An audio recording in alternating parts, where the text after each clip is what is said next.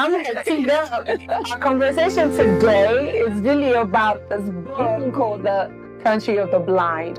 And just a little overview about the book. The book is narrated from the perspective of a tour guide named Nunez.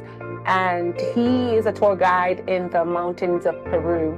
And he's on an excursion. He's leading people on an excursion. That's how the book starts. And during the excursion, he's sharing with them that there's a rumor that there is a community that lives down in the valley, and that they're all blind, and they call it the Valley of the Blind. And so he's like, but if I was to end up in that valley, then I would be king, because the saying goes, a one-eyed man in the land of the blind, a one-eyed man is king. And as you know it, what is the expectation? He ends up falling into this country of the blind. There was an avalanche that hit, and he ends up finding himself in the Valley of the Blind. And once he lands at the bottom of the valley, he realizes he's there because of the way that the houses are built, the way the whole place is set up. And the houses are built without windows because people who are blind have no need for external light to see.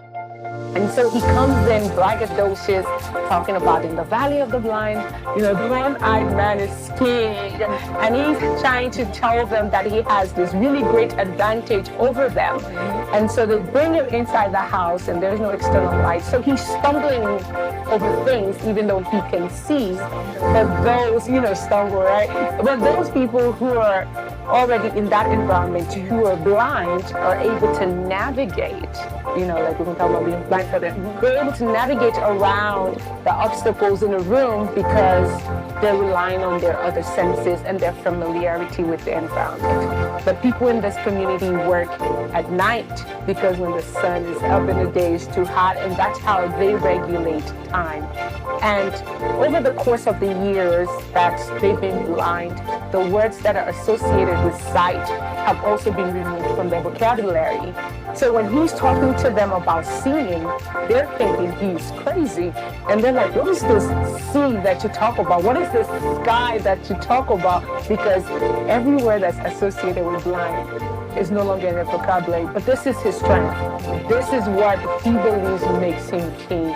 And so before we go further into the story, a really, really interesting story, I'm going to pause. The first thing that happens is that an avalanche happens. And one of the things that happens in an avalanche is a landslide, where you're literally moved from where you are into a different position.